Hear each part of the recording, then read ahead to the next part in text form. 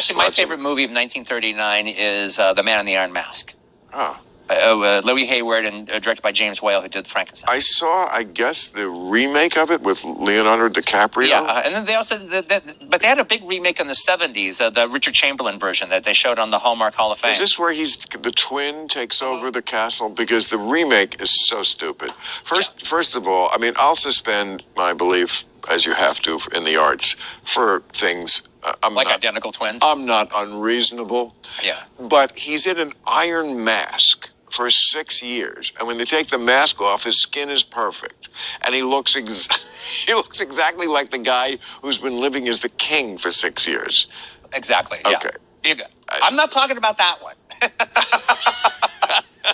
I'm talking about the 1939 version. That one I stand behind. But that's also one of those actually interesting things, though. At least it's interesting to me, because it's based on a very famous Alexandre Dumas novel. Right.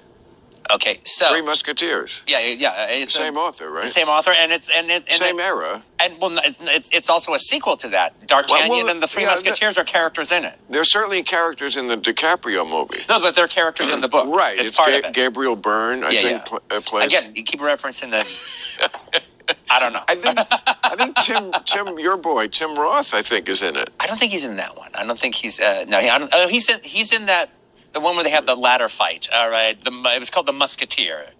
But he's not in that one. But anyway, the thing is, though, it's a pretty famous story. In 1939, they hired this really terrific screenwriter named George Bruce to take the novel and turn it into a movie. And he did, and that's the movie that I like. And they do such a good job of it that you kind of just think, oh, well, that must be the story, that it's such a classic story and it plays out so well. You just assume that, oh, that's what's in Dumas' book. So because I liked the story so much and I liked a couple of other versions of it, I decided to read the book. The book's fucking terrible. So's The Great Gatsby. No, the opposite. The Great Gatsby, when they keep making the movie, it keeps sucking. And then I say to myself, maybe it's not a great book. Mm-hmm. But you're saying the opposite. Yeah, I'm saying the opposite. But you said that about Deliverance. The book is not that great. The book isn't that. The movie's better than the book. But the movie does improve it. The movie definitely improves the book. I did not expect that to be the case. The actors really take it absolutely can happen that a movie is better than a book. Yeah.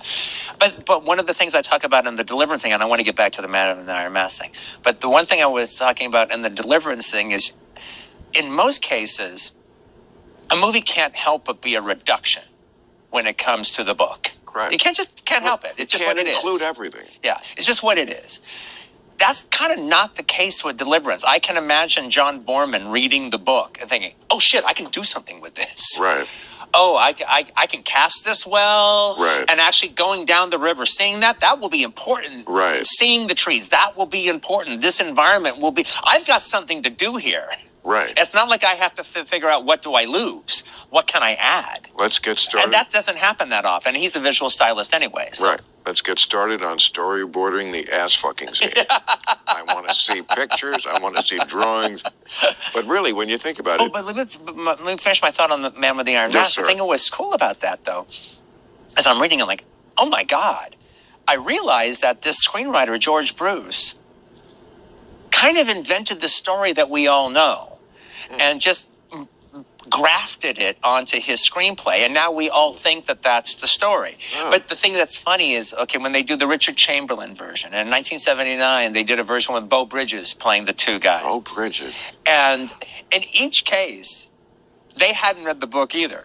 They want to do the Louis Hayward movie with their guy, all right? So that they set it all up, and then they read the book and they go, we don't want to do this shit. So they all keep remaking the first movie. Right. Because that's the story they want to tell, because that's now the story. That's so interesting.